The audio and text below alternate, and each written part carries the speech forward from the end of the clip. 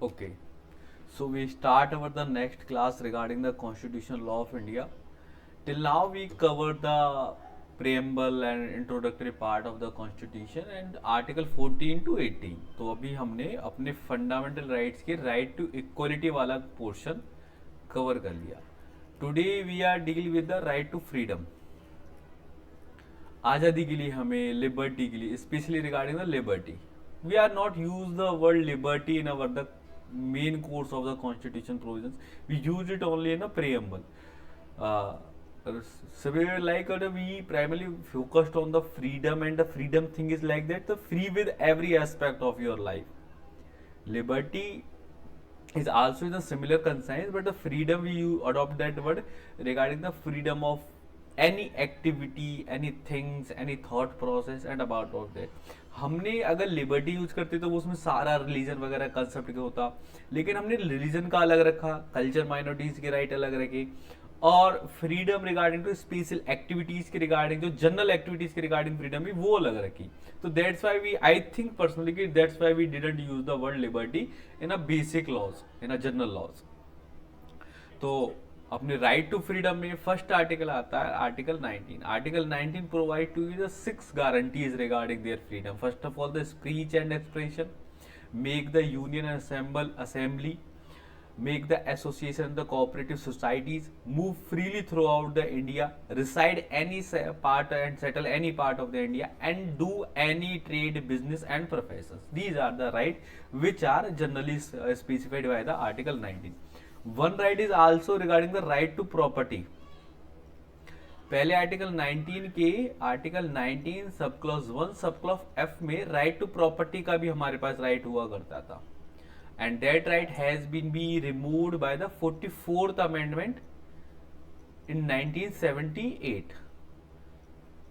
It's 1978 में हमने right to property को कॉन्स्टिट्यूशनल राइट में ट्रांसफर कर दिया, which I think is now in article 300A. Get it?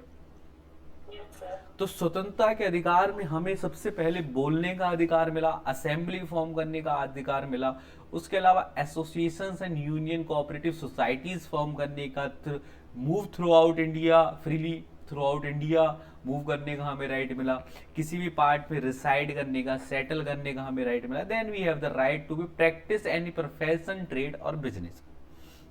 तो एक व्यक्ति के जीवन के लिए जो मूलभूत आजादी उसे चाहिए वो हमें सारी मिली. हम कुछ भी बोल सकते हैं, अपने दोस्त बना सकते हैं, अपनी एसोसिएशन यूनियन बना सकते हैं, इंडिया में कहीं भी रह सकते हैं, कहीं भी रिसाइड कर सकते हैं, कहीं भी इंडिया घूम सकते हैं, और कोई भी ट्रेड एंड बिजनेस हम कर सकते हैं. That is the wasted with the article 19. अब ये जो लाइन्स हैं जितनी छोटी लिखी हुई है उतनी छोटी है नहीं. They every line have the deep meaning with themselves. थोड़ा थोड़ा हम एक एक लाइन्स के बारे में डिस्कस करेंगे. जैसे कि first of all I discuss with the right to speech and expression. हमें बोलने की आजादी है. इसी राइट के अंदर वेस्टेड है राइट टू इंफॉर्मेशन. जब हमें कुछ जानने बोलने की अधिकार है तो बोलने के लिए सबसे पहले है कि हमें जानकारी हो. जब हमें जानकारी होगी तभी तो बोल पाएंगे. तो वहीं पे हमारा राइट टू इन्फॉर्मेशन इसी के अंदर वेस्टेड हुआ. 2005 में इस राइट को स्पेशली रिकॉग्नाइज करके हमने right to speech and expression even with the right to life के साथ भी हमने राइट टू इन्फॉर्मेशन को इनहेरेंट माना. इसके अलावा right to press and media, freedom with the press and media are also vested with the right to speech and expression. अगर हमारे स्पीच एंड एक्सप्रेशन का कोई पर्टिकुलर पार्ट है जो हमारे right to speech and expression को manifestly enforce करता है या फिर मैनिफेस्टली यूज करता है, that is the press and media. So we have the right to freedom regarding the free press and medias. Apart from that right to vote, somehow it's also be right to vote and right to the informations of voters. कि voters के पास completely right है पहले तो अपनी vote करने का, जिस भी पार्टी को वो रिकॉग्नाइज पार्टी को, जो भी कैंडिडेट है जो इलेक्शन फाइट कर रहा है उसको किसी को भी वोट कर सकते हैं. इलेक्शन के तहत ही, वोट के तहत ही हम अपना एक्सप्रेशन रखते हैं. Not only that we have the right to get the information about the candidate. वो कैंडिडेट जो पब्लिक फिगर में आ चुका है, अब वो ये नहीं कह सकता कि भाई मेरी तो राइट टू प्राइवेसी है, मैं ये चीजें नहीं बताऊंगा या इतनी चीजें बताऊंगा। It's not impossible, he have to be share everything with everyone. जब आप पब्लिक फिगर में आगे इलेक्शन फाइट कर रहे हो फॉर पब्लिक वेलफेयर, तो पब्लिक को आपकी पर्सनैलिटी को जानने का पूरा अधिकार है। Get it? So that is with the right to speech and expression. Not only that, we have the right to movement. हमें movement in the sense कि we have to be right to do any right to express our aggression against the government's policy. Government policy के खिलाफ आंदोलन करने का, अपने विचार व्यक्त करने का, अपनी व्यूज रखने का, अपने प्रोटेस्ट करने का, we have the completely right regarding that. No one can be stop us. Get it? So these are the rights which are vested with the right to speech and expression.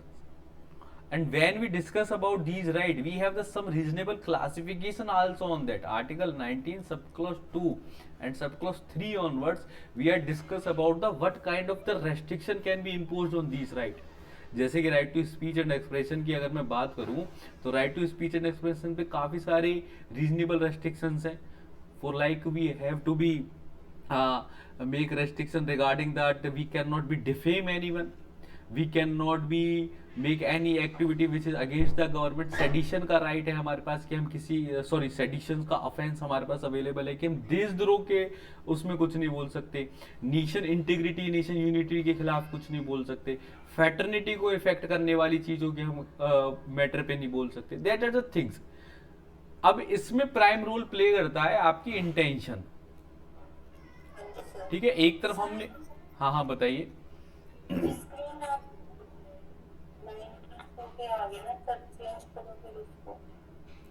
नहीं, I just discuss about this line, है ना, तो अभी हम इस पे ही चलेंगे। Restrictions I just restriction देखो कलेक्टिवली सबकी सिमिलर है, मैं बस थोड़ा थोड़ा उनको डिस्कस करते हुए चलूंगा कि जैसे कि हम right to freedom to speech and expression के साथ रेस्ट्रिक्शन का simple clarity with the national integrity, security, unity, fraternity, social order, public decency, morality, ये साइड इनके साथ जो रेस्ट्रिक्शंस रहेंगी। इसमें अब जो क्या पैराडाइम रहेंगे उसके बारे में हमारी चर्चा होगी। ठीक है, तो 19, 2, 3, 4, 5 are the quite similar with the everyone, तो उसमें इतना डीप नहीं जाना, हमें बस इसमें बेसिक ये समझना है कि उसमें इंटेंशन का क्या फर्क होगा। ठीक है, उस पूरे उस पे नहीं जाइए आप पीडीएफ वो अच्छा एक चीज और मैं सभी बच्चों को बता दूं कि जो notes which I share with you and the PDF which I represented to you, these are the two different thing. तो नोट्स आपको कंप्लीट सिनेरियो में है, उसका क्रैक्स, उसका जिस्ट हम अपनी क्लास में कवर करते हैं। After that get the class and reading the notes, if you have any doubt then you will be asked to me the next class. Get it? तो प्रेजेंटेशन को उस view में ना ले कि पीडीएफ रीडिंग होगी, फिर तो वो सिमिलर वही हो गया कि जो मैंने भेजा वो पढ़ा दिया। I don't want to be adopt that way. ठीक है, तो freedom of speech and expression में हमने इंफॉर्मेशन, वोट, पब्लिक अथॉरिटीज, इन सारी चीजों के बारे में हमने जाना। अब राइट टू प्रेस के बारे में हमने समझा। अब मेरा थोड़ा सा इसमें लास्ट एक चीज रह गई थी कि जब उसमें रीजनेबल क्लासिफिकेशंस लगाते हैं, अब किसी को हम डिफेम करने के लिए बोल रहे हैं या फिर हम अपनी राइट टू स्पीच को एक्सरसाइज करने के बोल रहे हैं, these are the two different thing. Get it?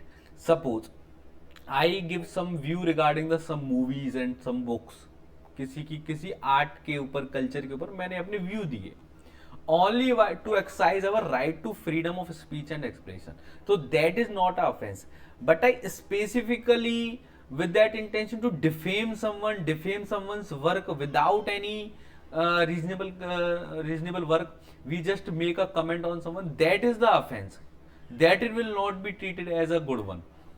वो आपका फंडामेंटल राइट नहीं है।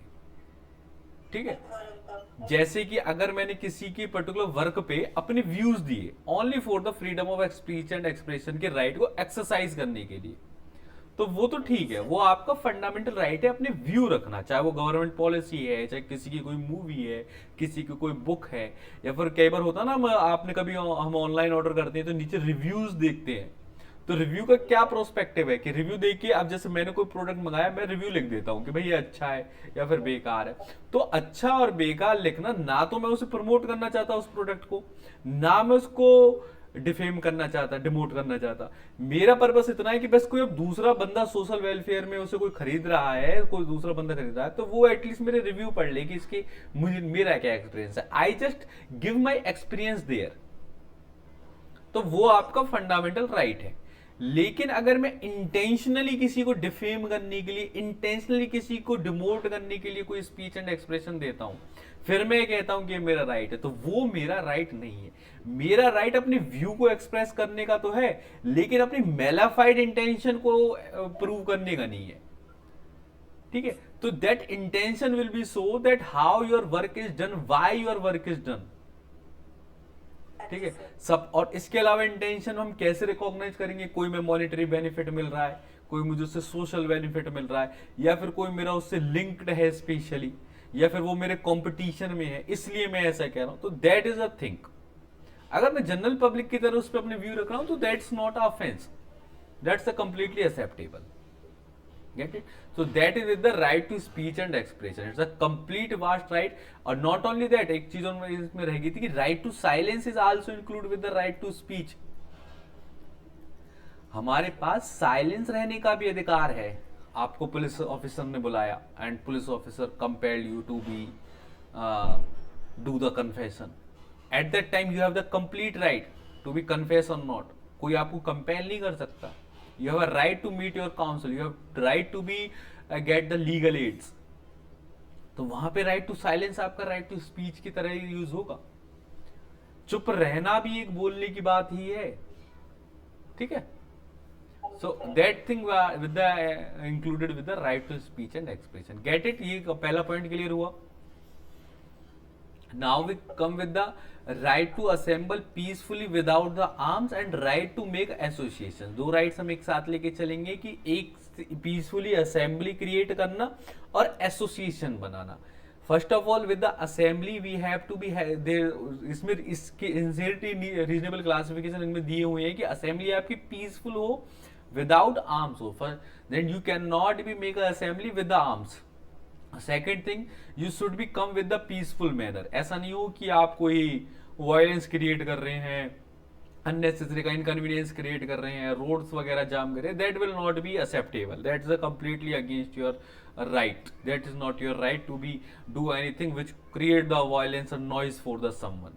आप असेंबल हुई, बात कीजिए, गैदरिंग बनाइए, फंक्शंस कीजिए, कल्चर्स करिए, जो भी आपके रिचुअल्स उसे फुलफिल कीजिए, but that thing should not be affect the another one. कोई ऐसा नॉइस ना हो, न्यूसेंस ना हो, कोई वायलेंस ना हो, that will not be acceptable. In the form of association and union we can be make the any type of union, चाहे वो ट्रेड पर्पज से हो, चाहे वो पॉलिटिकल पर्पज से हो, चाहे एंटरटेनमेंट से हो। कोई आपने क्लब बना लिया, कोई सोसाइटी क्रिएट कर ली, कोई ग्रुप बना लिया, व्हाट्सएप ग्रुप, हजारों व्हाट्सएप ग्रुप बनते रहते हैं उस फ्रेंड जोन के साथ, इस फ्रेंड्स के साथ, तो अलग अलग आपने ग्रुप्स बना लिए, कुछ सोसाइटी बना ली, कोई कॉम्प्लेक्स टाइप बना लिया कि भाई सारे टीचर्स के ग्रुप का एक आपने व्हाट्सएप ग्रुप बना दिया ताकि इंफॉर्मेशन शेयर होती रहे। बड़े ग्रुप आते हैं ना यू इस पे टेलीग्राम वगैरह पे कि गवर्नमेंट जॉब की वैकेंसीज के ग्रुप बने रहते हैं, एसएससी सीजीएल के नोट्स ले लीजिए, यूपीएससी के नोट्स ले लीजिए, उन सब के ग्रुप्स बने थे। न्यूज़पेपर के बहुत मिलते हैं ग्रुप, जिसमें आपको डेली न्यूज़पेपर मिल जाता है पीडीएफ फॉर्म में, सॉफ्ट कॉपी में। So you can make the group, nothing wrong with that, but the intention of that group, object of that group should not be against the government. Criminal conspiracy का concept नहीं होना चाहिए। 120A and 120B abetment नहीं होनी चाहिए।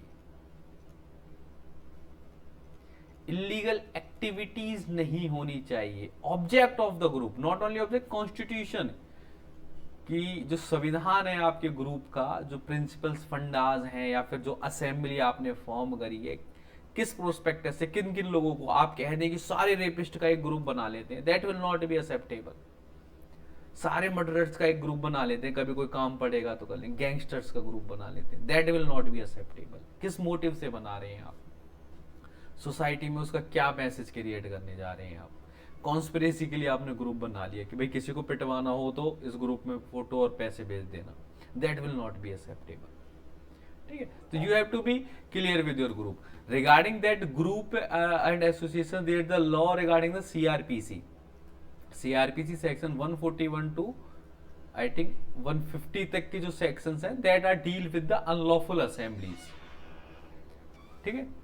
And in IPC section if I not wrong 144, ठीक है, 144 and 141 these are the unlawful assemblies, ठीक। तो आप ऐसा कोई भी ग्रुप या क्रिएट नहीं कर सकते जो कि न्यूसेंस और वायलेंस क्रिएट कर रहा हो। उस ग्रुप और उस असेंबली को रेस्ट्रिक्ट आउट करने के लिए गवर्नमेंट कोई भी एक्शन ले सकती है। They can use the violence even also, they can deploy the military also, they can ban that group, ban that association, उस ग्रुप का नाम बैन कर दिया, उस ग्रुप के फ्लैग्स या होर्डिंग्स बैन कर दिए, that can be taking action by the government, it will be not against the fundamental right, get it।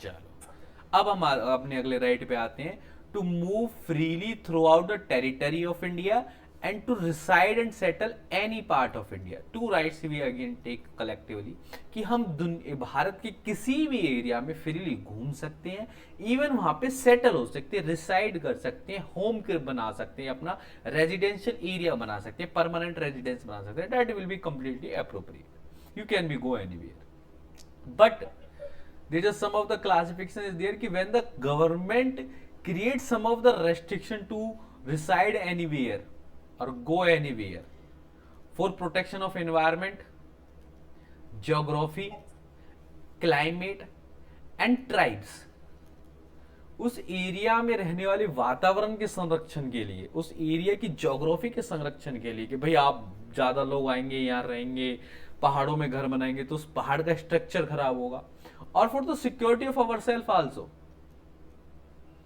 Security for human being and nation also. कल को कोई व्यक्ति कहने लगे मैं तो जी बॉर्डर के पास रहूंगा, तो that will not be possible, practically not possible for the government की कौन तो उसे सिक्योरिटी देगा, कौन उसकी रिस्पॉन्सिबिलिटी लेगा, और कब क्या हो जाए वहां तो कुछ नहीं पता। आप कहने लगे कि मैं तो बॉर्डर लाइन के पास रहूंगा, एलओसी पे रहूंगा, that will not be acceptable. तो कुछ सिक्योरिटी पर्पस के लिए, इन्वायरमेंट के लिए, ज्योग्राफी के लिए, और वहां जो ट्राइब एंड कम्युनिटी रहती है who are not ready to accept the foreigners and aliens, जो ट्राइब है वो नहीं चाहती, उनके बेटरमेंट और उनकी वेलफेयर के लिए अगर कोई ऐसा रेस्ट्रिक्शन गवर्नमेंट को फॉर स्पेसिफाइड एरिया लगाने पड़े, then the government can do, ठीक है। In exceptionally general law is that you can be go anywhere in India and you can be settle anywhere in the India, but in the exception case some of the place can be restricted to be go, you have to be take maybe permission from to be go there, you have to be take the permission to be reside there, you have to be have some special conditions to be reside there। हो सकता है कुछ अलग से condition हो, वहां पे शादी करनी हो आपको या इन्वेस्ट करना हो, इस टाइप का कोई प्रोसीजर हो, then you have to be fulfil it, ठीक है। Next is about the profession carry on any occupation trade and business. Simply आपका if I am not wrong Indian contract act section 26 also be similar with this line, let me check first. किसी को कोई idea? Indian contract act का section 26 यही बात कहता है ना कि no contract can be made which is against the trade which restrain a person to doing the trade. नहीं 26 नहीं है ये, it's a 27 is for marriage. Indian Contract Act section 27 is also in the same line कि you cannot restrain, you cannot make a agreement with a person by which you can restrain someone to do any trade and business। किसी कोई ऐसा agreement नहीं बना सकते जिसके तहत किसी व्यक्ति को कोई ट्रेड और बिजनेस करने से आप रोक रहे हैं, तो that will not be allowed। Same thing are held with the are manifest in the article 19 that you can practice anywhere, any profession, any trade and business। Only the government can make the monitoring and supervision purpose, monitoring, supervision and security purpose can make some restrictive criteria to doing the business। जैसे कि government किसी को रोक नहीं सकती, लेकिन कोई qualified structure बना सकते हैं कि भाई ये चीजें करनी पड़ेंगी, पेट्रोल पंप खोलना आपको तो ये सारी चीजें लेनी पड़ेंगी, या फिर कोई लाइसेंस लेना पड़ेगा, only because of the security purpose, only because of the management purpose. Management purpose के लिए गवर्नमेंट ये सारी चीजें कर सकते हैं, otherwise they can not restrict anyone, neither they can not treat specially anyone. ऐसा नहीं कि किसी स्पेशल बंदे को तो भाई आप राइट दे रहे हो कि आप कर लो। गवर्नमेंट जनरल लॉ बनाएगी सबके लिए जो इक्वली अवेलेबल होगा, कि एक लाइसेंस है, वो लाइसेंस लेने का तरीका सिमिलर है सबके लिए, तो वो आपके पास अगर लाइसेंस है तो ही आप आ सकते हैं, otherwise you will not be allowed. Get it? एक केस यहाँ पे मैंने लिखा हुआ है, I don't know why, I think it's a part of the article 21 का पार्ट था ये, 19 की एसोसिएशन वगैरह में भी लिख सकती है, स्ट्राइक के बारे में था। The concept of the strike completely illegal. CPM versus Bharat Kumar case में कोर्ट ने क्लियर करा कि भाई स्ट्राइक करना इलीगल है। It not be good for neither for the employer nor for the employer. whenever you go to the strike you first have to be give the due notice to your authorities। ऐसा नहीं कि आपने कोई demand रखी आज 1 घंटे पहले और 1 घंटे बाद आप स्ट्राइक में चले गए, ये गलत होगा आपके लिए भी, उस कंपनी के लिए भी, वर्किंग ही रुक जाएगी। भाई डायरेक्टली इनडायरेक्टली कंपनी आपको तभी पे करेगी जब आप वर्क कर रहे हो, अगर आप वर्क ही नहीं कर रहे, कंपनी को ही लॉस हो रहा है, तो फिर आप क्या ही उससे बेनिफिट रख सकते हो। आप अपनी कोई डिमांड है ड्यू टाइम नोटिस दीजिए, फिर ये कीजिए कि अगर आपने नहीं करा तो हम काम नहीं करेंगे या फिर स्ट्राइक कर देंगे, दैट विल बी अलाउड, और वो भी पीसफुल स्ट्राइक, वायलेंट स्ट्राइक नहीं, आप नुकसान नहीं पहुंचा सकते। इसके अलावा एक एक्ट है ESME, if I am not wrong, essential service management act. ठीक है, एसेंशियल सर्विस मैनेजमेंट एक्ट के तहत गवर्नमेंट क्या कर रही है कि ESME के तहत कि government make the responsibilities and make the list of that service which are essential for the everyone. तो गवर्नमेंट ने एक लिस्ट बना दी इन सर्विसेज की कि भाई ये लोग स्ट्राइक पे नहीं जा सकते, जैसे कि डॉक्टर्स नहीं जा सकते, हालांकि जाते हैं, but whenever the doctors are go on strike they have to be first give the due notice and they have to be make a appropriate they have to make the appropriate adjustment on that time, कि OT बंद कर दीजिए, आप OPD बंद कर दीजिए, पर OT बंद मत कीजिए। कोई उस टाइम पे कोई नेसेसरी रिक्वायरमेंट होती है, कोई एक्सीडेंट होता है, या फिर किसी को मेडिकल ट्रीटमेंट की करंट में जरूरत होती है, तो वो आपको देनी पड़ेगी, ओपीडी मत दीजिए। ठीक है, दैट कैन बी एक्सेप्टेबल। ठीक है, तो एसेंशियल सर्विस मैनेजमेंट एक्ट के तहत हमने काफी ऐसी सर्विसेज को लिस्टेड आउट करा है which they are can not be go on a strike. Not only that, बंद की एक बात होती है, बंद सुना है आपने कभी? भारत बंद की घोषणा हो गई, हरियाणा बंद की घोषणा हो गई, पॉलिटिकल पार्टीज काफी करवाती हैं। तो बंद में भी कोर्ट ने कहा कि जो व्यक्ति विलफुली आना चाहता है केवल उसे ही आप आने देंगे, ऐसा नहीं कि फोर्सफुली किसी को जबरदस्ती अपनी मार्केट और शॉप्स क्लोज करवाएंगे, क्योंकि it will be against the fundamental right, it will be against the morality, and apart from that कोई person is a single bread earner of their family, तो you can not be restrict that guy to earn the bread for his family on that day. ठीक है, तो ऐसे आप किसी को restrict नहीं कर सकते। So these are the article 19 where we discuss about the 6th right, speech and expression, make a assembly, make a association, go anywhere in India, reside and settle in India, and practice their work, trade, occupations and business, whatever they want. Get it? Reasonable classification हमने इनके साथ साथ समझी, primarily उनकी, हाँ ये strike के बारे में था। इसमें ये हुआ कि स्ट्राइक करना इलीगल है अगर आप उसके परफॉर्मेंस को फुलफिल नहीं करते तो। हाँ बोलिए। स्ट्राइक इज इलीगल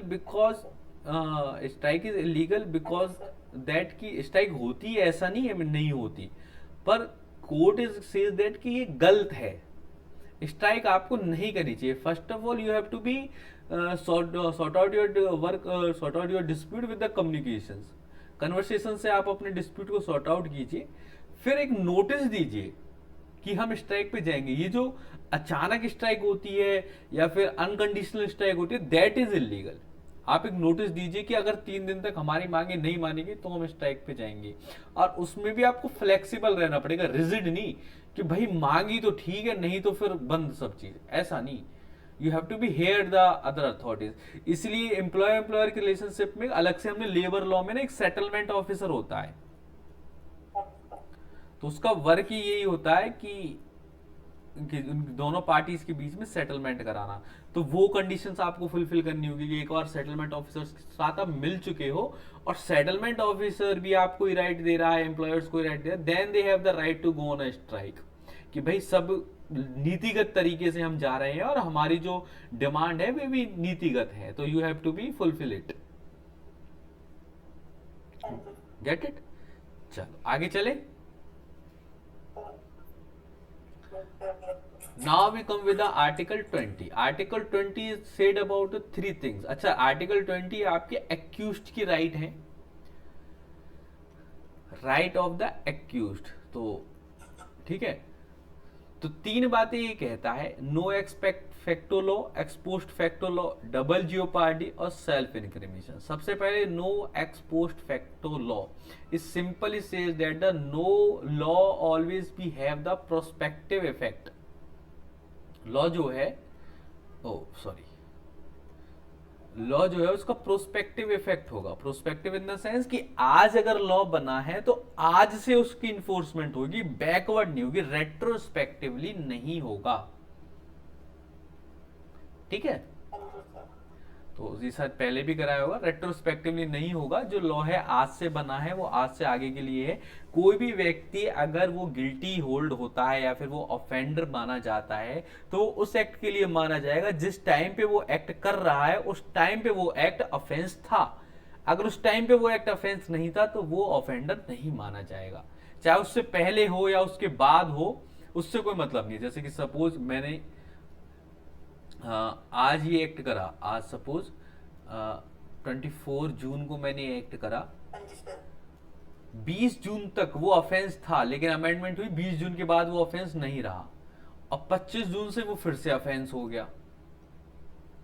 ठीक है, तो इस दौरान 20 से 25 के बीच में भी अगर किसी ने वो एक्ट करा है तो वो ऑफेंडर नहीं है। ठीक है, that is the x post facto law. Second thing is about the double jeopardy. No person can be convicted or guilty for the same offense more than once. एक व्यक्ति को एक एक्ट, एक ऑफेंस के लिए एक ही बार सजा मिलेगी, एक ही बार ट्रबल मिलेगा, बार बार नहीं मिलेगा। Get it? Or that will also be logical. Same thing are also held, also right in section 300 of CRPC. और थोड़ा सा मुझे ऐसा लगता है कि जो रेस जुडिकाटा का कंसेप्ट है ना, section 10 of CPC, res judicata somehow look like that. Res judicata भी तो ये कहती है कि सेम कोर्ट सेम मैटर पे सेम पार्टीज का जो एक बार डिसीजन दे चुकी है वो दोबारा उसको हेयर नहीं करेगी। तो एक बार जिस व्यक्ति को सजा मिल चुकी है या फिर एक बार जिस व्यक्ति को रिलीफ मिल चुका है वो दोबारा वो सेम मैटर को दोबारा सेम पावर की कोर्ट में, सेम जुरिडिक्शन की कोर्ट में दोबारा नहीं लाएंगे। So no person can be accused, guilty and convicted for the same offense more than once. Get it? And the last thing is about the no self incrimination. You cannot be compel anyone for the confession.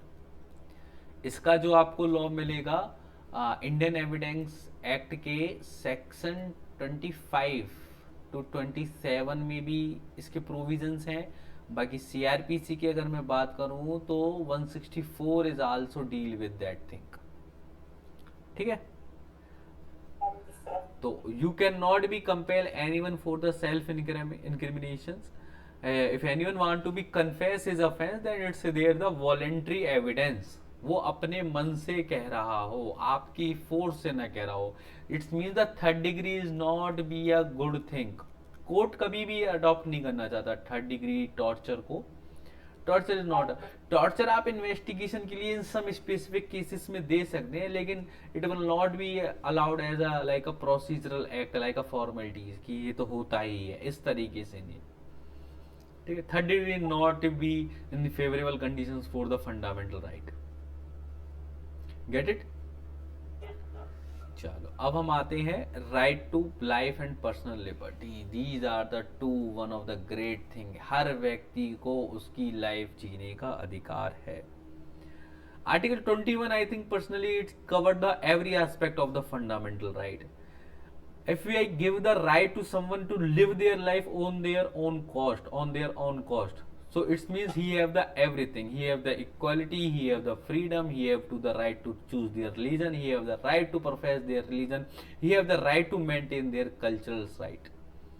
अगर मैं किसी व्यक्ति को कह दूं कि भाई जैसे जीना है ऐसे जी ले, it means he have the everything to do whatever they want to do. He have the everything to make development himself. He have the everything to give better for their life, to give better work for his life. In this section, wording of the section is that negative sense में no person, पहले ही starting negative sense हुई. State के लिए इसने बात कही है कि no person shall be deprived his life and personal liberty except according to the procedure established by the law.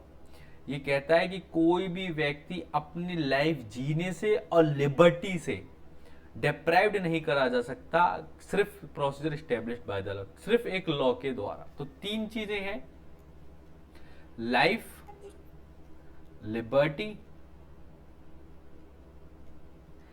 and law. Get it? So here the word life means a dignified life, एक well mannered life. Here the word life doesn't mean the vegetative life, कोई गाजर मूली वाली जीवन नहीं है. Maneka Gandhi versus union of India के case में कोर्ट ने बड़ा क्लियरली कहा कि every person have their dignified life. Even we also read in the preamble, they ensure the dignity of an individual. तो better life, even on not only that, in our DPSP directive principle state policies में हमने कहा है कि state endeavour to encourage and give the better living standard to the citizen of India. State की जिम्मेदारी है अच्छा लिविंग स्टैंडर्ड लोगों को देना, न्यूट्रिशियस फूड देना, बेटर लाइफ देना. तो every aspect regarding the life security, betterment, living standard is always we have the dignified life and it is the duty of the state to make that type of arrangement. Liberty means the living of life. जीने का मतलब जिंदगी है, काटने का मतलब जिंदगी नहीं है. हमें डिग्निफाइड लाइफ मिल रही है, सारी चीजें हमें दे रहे हैं, लेकिन उसको जीने का भी अच्छे से अधिकार हो. अच्छी सरकार ने रोड बना दी और कह दी कि भाई आप चल नहीं सकते इस पे, स्पेसिफाइड लोग ही चल सकते, that will not be acceptable. Park बना दिए, जाने से मना कर दिया, पानी दे दिया पर यूज करने से मना, तो वो चीज नहीं.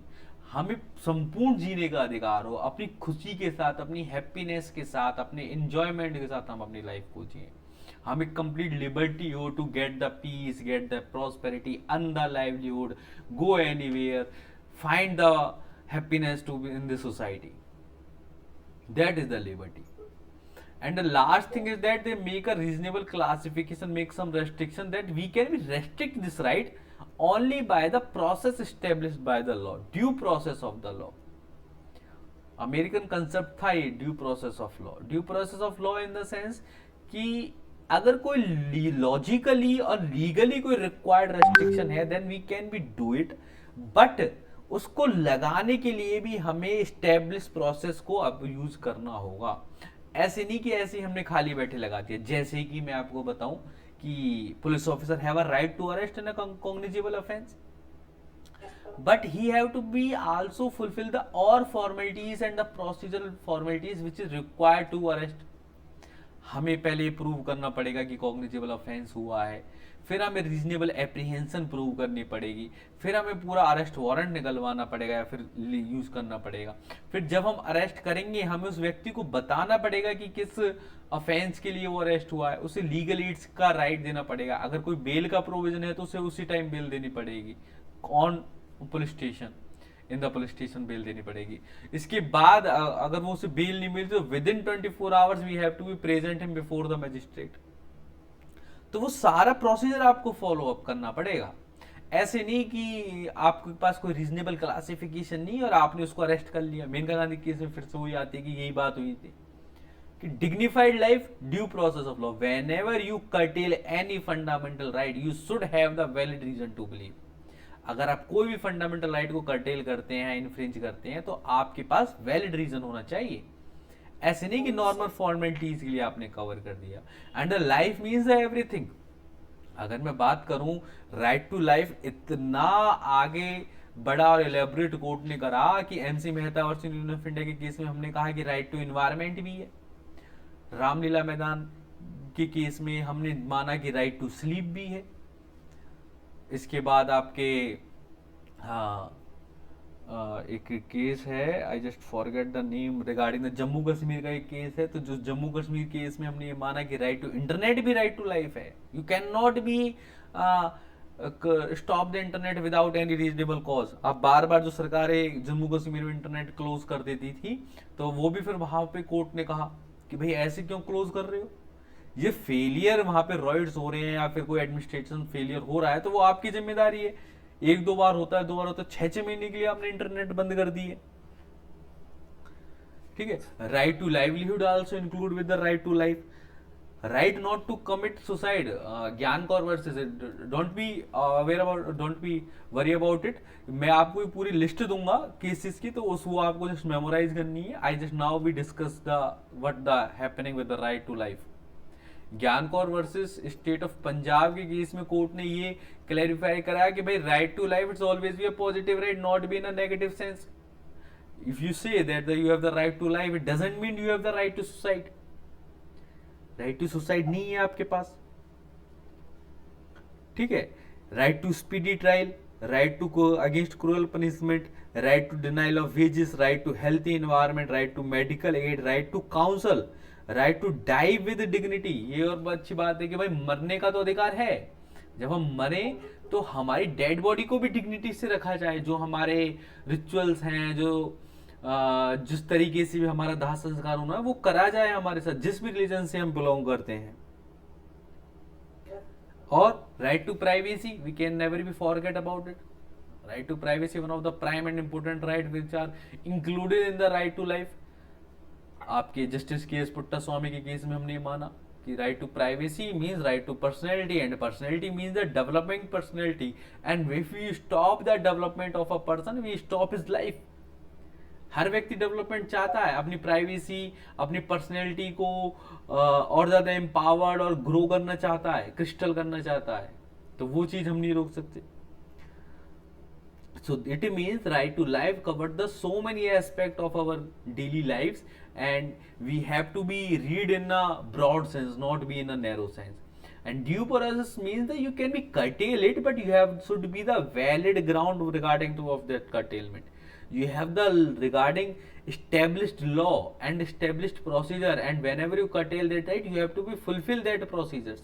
It doesn't mean कि आपने चाहा कल उठे और कह दिया कि नहीं चलो खत्म हो गया। That is with the right to life and liberty. Get it? Now we come with this another part, 821A, right to education. We also be take it as a right to life. लेकिन 86th amendment के बाद 2002 में हमने specially add करा, ना केवल ये add करा हमने, आई थिंक फंडामेंटल ड्यूटीज में भी एक राइट ऐड करा। I will tell you after, जब हम उस पे आएंगे तब मैं वो बता दूंगा आपको। तो 86th अमेंडमेंट में 2002 में हमने ऐड करा कि every person have the right to life, and the children belong to the 6 to 14 years age should be get their education, and the state is duty to be make that type of arrangement that every student who is has the age between 6 to 14 should be get their age without should be get their education without any financial requirements। ठीक है, बिना किसी fees वगैरह के हमें इतना तो ensure करना होगा कि 6 से 14 साल के बच्चे को एजुकेशन मिल जाए। And we make the 86th amendment in the constitution 2002 added these right. Get it? चलो अगला हमारा लास्ट राइट है राइट टू फ्रीडम में। अभी डिटेंशन राइट है, article 22 deal with the detention right कि whenever you arrest a person. जो right to accuse हमने लास्ट पढ़े थे आर्टिकल 20 में, और now we are deal with the article 22। तो अगर कोई ऑब्जेक्टिव क्वेश्चन आता है कि where the right to accuse are right, so these are the two articles 20 and 22। तो 20 में तो हमने एक बार फिर से थोड़ा सा रिकेप कर लेते, 3 चीजें जानी थी। एक्स पोस्ट फैक्टो कि रेट्रोस्पेक्टिव इफेक्ट होगा किसी भी लॉ का। डबल जियोपार्डी हमने पढ़ी थी कि कोई व्यक्ति एक ऑफेंस के लिए 2 बार कन्विक्ट नहीं होगा। और नो कन्फेशन कि कोई व्यक्ति को हम फोर्स नहीं कर सकते कन्फेस करने के लिए। आर्टिकल 22 में हम 2 चीजें और पढ़ेंगे। First of all we have to be get the right to legal aid. कि कोई भी व्यक्ति अगर अरेस्ट होता है तो सबसे पहले हम उसे एक तो इन्फॉर्म करेंगे कि भाई आप क्यों अरेस्ट हुए, that and second thing we have to be give the right to defend by a legal practitioner, कि आप अपने व्यक्ति को आप अपने लॉयर के साथ कंसल्ट कर सकते हैं, उसको बुला सकते हैं और अपना डिफेंस तैयार कर सकते हैं। Everyone has a right to defence. ऐसा नहीं कि आपके खिलाफ रिपोर्ट आई और आपको जेल में डाल दिया गया। Court and police officer have the duty to hear you also, वो भी आपके बारे में आपका भी पक्ष वो सुनेंगे। ठीक है, ऑडियल ट्रम पार्टम वाली ये बात रही। और दूसरी बात रहेगी कि जब भी आपको अरेस्ट करा जाएगा you have to be present before the magistrate within the 24 hours. Same thing also be right in CRPC। If I deal with CRPC, एक तो सेक्शन 41 काफी इस चीज के बारे में बताता है, उसके बाद 54, 55, 56 आल्सो भी डील विद दैट, कि आइडेंटिफिकेशन परेड हो, चाहे 24 आवर्स के अंदर प्रेजेंट की बात हो, चाहे फिर उसे इंफॉर्मेशन की बात हो, उसकी फैमिली मेंबर्स को इन्फॉर्म करने की बात हो, कि जब भी आप किसी को अरेस्ट करेंगे उसके फैमिली मेंबर्स एंड फ्रेंड को जो भी हैं उनको इन्फॉर्म करेंगे कि आपका बेटा या आपका रिलेटिव ऐसे ऐसे यहाँ पे हमने अरेस्ट करा है, तो वो आ जाए। ठीक, so that is with the article 22। इसमें एक वर्ड यूज होता है preventive detention. I just want to be clear with that. Preventive detention is like कि हमने किसी को अरेस्ट करा इस एप्रीहेंशन से कि वो कोई और एक्टिविटी ना कर दे, कोई और ऑफेंस ना कर दे, उसको प्रिवेंट करने के लिए। अभी वो एक्यूज्ड है, ऑफेंस अभी प्रूव्ड नहीं हुआ, तो हमने बस प्रिवेंटिव मेजर्स के लिए उसे डिटेंट करा। तो आर्टिकल 44 और I think 42, 43 are deal with that. Sorry, CRPC, sorry, section 42, 43 and 44 of CRPC बताते हैं कि कब कब हम किसी व्यक्ति को before the proving of the offence arrest कर सकते हैं। कुछ ग्राउंड ऑफ अरेस्ट है मतलब ये। ठीक है, तो preventive detention are that detention which are done before the proving of the accused. Even अगर हम कोई इन्वेस्टिगेशन प्रोसेस में चल रहे हैं तब भी हम कब तक उसको डिटेन करके रख सकते हैं। ठीक है, तो वो साइड चीजें प्रिवेंटिव डिटेंशन में आती है। तो प्रिवेंटिव डिटेंशन का हमारे पास राइट है, but we have to be more clear with that things, कि ऐसा नहीं कि ऐसे ही आप कोर्ट अलाउ कर देगी। कोर्ट के पास एक स्ट्रॉन्ग रीजनेबल कॉज होना चाहिए, और not only with the court, even the authority who are using that things they also have the strong reasonable power to be use that right. Get it? वो simple सी बात है कि भाई power होना और उसका यूज होना, these are the two different thing. कि माना आपके पास अधिकार है लेकिन रीजनेबल यूज हो, अनरीजनेबल उसका यूज ना हो। ठीक है, तो ये आज हमने राइट टू फ्रीडम के 3 आर्टिकल्स करे, sorry 4, 19, 20, 21 and 22। 19 about the freedom of 6 rights, speech and assembly, peaceful assemblies, associations move freely throughout the India, reside any part of the India, and practice their work and trade and professions. 20 is about the accused, no ex post facto law, double jeopardy and self-incrimination. 21 is about the right to life, and 22 again about the accused regarding the information of the arrest and to should be present before the court within the 24 hours. Get it? चलो, कोई doubt? चलो फिर हम आज की class यहीं and करते हैं। Thank you everyone.